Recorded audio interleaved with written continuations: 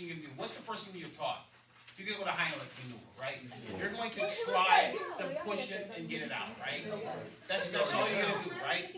So that's the only thing you can do at that point, right? If there's no known injuries, trips, falls, you know, all that kind of stuff. If it's not a trauma-related thing, you know he's not breathing because he has an obstruction, right? What are we taught to remove instructions, right?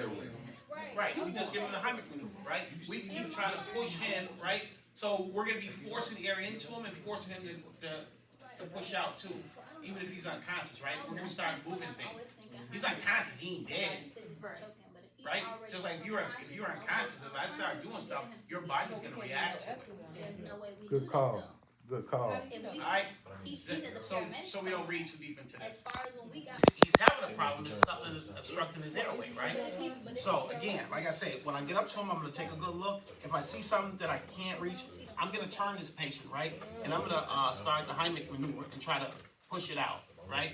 Maybe I'll get it up enough to where I can do a sweep and get it out, right? And then I can start everything I need to do. So if I go that way and he still have a pulse, then I go into CPR, activate the 911 system, get your AED, put everything on there, and go to work. Real simple. Very good. Got it? Very good. All right. Y'all don't let us confuse you. don't let that overwhelm you. Right now, y'all in the stage of being chefs. We don't want to be cooks. We want to think. We want to process. We want to know what we're doing. We don't want to always go by the rule. Hold on, last part, most important part. How do I know he's got an obstruction, right? Let's say, because this is where y'all was going with this. I didn't see the obstruction, right? So let's just say CPR was the mode I was going to go in. Once I start doing CPR and I start breathing for him, right, with my bag, right, and I don't have a chest rising or falling, what is that telling me? There's something blocking it, right?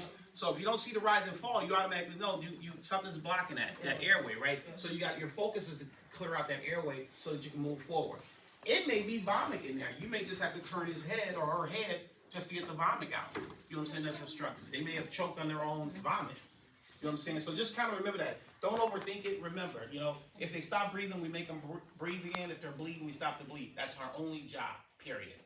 There's only two things we do. And the only way to pass this class is to keep it real simple. There's two things that's going to happen to us, right? It's either going to be medical or trauma, right?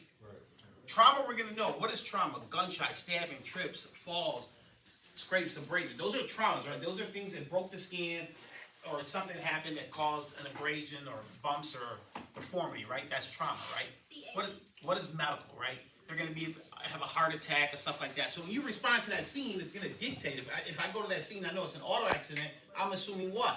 Trauma. Exactly. If I go to that scene and she's sitting in the car and just say, person unconscious in a vehicle, what am I assuming? Bottom line, let's not complicate it. It's really that simple, right? And so I'm going to treat you based on the nature of that call when I get there and what I can observe. I'm going to be the best educated guest when I get on the scene, right? I'm not going to go ahead and build a case, right? I'm going to take everything case by case, right? First thing I want to know, are you breathing? Do you got good circulation, right? Which is what? ABC, right? Airway, breathing, circulation, right? Once I know you got that, are we communicating? Are you alert and orientated times 3? How you doing, sir? How you doing, man? What happened? How do you feel, right? If you're communicating with me, I don't need to know anything else about that because I just need to know what your chief complaint is, right? You're going to be telling me what you got problems. You know what I'm saying? And I'm going to be basing it on that. And then let's just say that that's not the case. What are the bystanders telling me? What are the witnesses telling me? What's on my computer that the 911 dispatcher told me when I was dispatched, right? There's information that they gave me, right? I take the information and I build the case that I need to build. I don't overcase anything, right? It's really simple. We are EMTs. We are not paramedics. We are not doctors, right? We have 2 jobs. Don't ever forget that. If they're bleeding, we stop. If they stop breathing, we get them to breathe again. That's our only 2 jobs. There's only 2 things that are going to be wrong: medical and trauma. Okay. Do not complicate this. This is really simple. You're going to hear a lot of terms and you're going to get afraid. It's really that simple. You know what I'm saying? Do not complicate this whole process. Got it? All right. Now, to piggyback off what Q was saying about the trauma situations like that, there may be times where you don't know and you find somebody unconscious on the ground.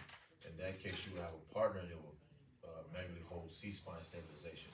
And that's basically keeping the head mid-center with the rest of the body. So if you don't know, just keep that C-spine stabilization until you can root it out. That's basically what most of the stuff is. Ruling out problems or that you may think it is, so then you can focus and hone in what the exact problem is. Okay. But again, what he was saying, don't overcomplicate it, don't overthink, because you will take that into your testing, and then that will hurt you more than doing good.